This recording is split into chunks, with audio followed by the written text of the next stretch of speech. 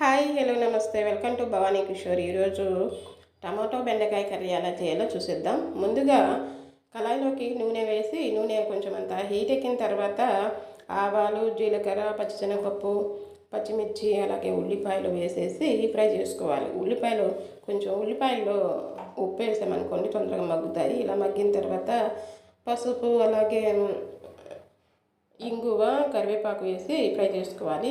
Next బెండకాయలను ముందే ఒక 10-15 నిమిషాలు ఉప్పు వాటర్లో కడిగి తుడిచి కట్ చేసి పెట్టుకున్నాను. వాటిని కూడా యాడ్ చేశాను బెండకాయ ముక్కల్ని. ఇప్పుడు వీటిని ఒక 2-3 నిమిషాలు మగ్గనివ్వాలన్నమాట. తర్వాత టమాటాలు కూడా మంచిగా కడిగి కట్ చేసి పెట్టుకున్నాను. వీటిని కూడా వేసేసాను.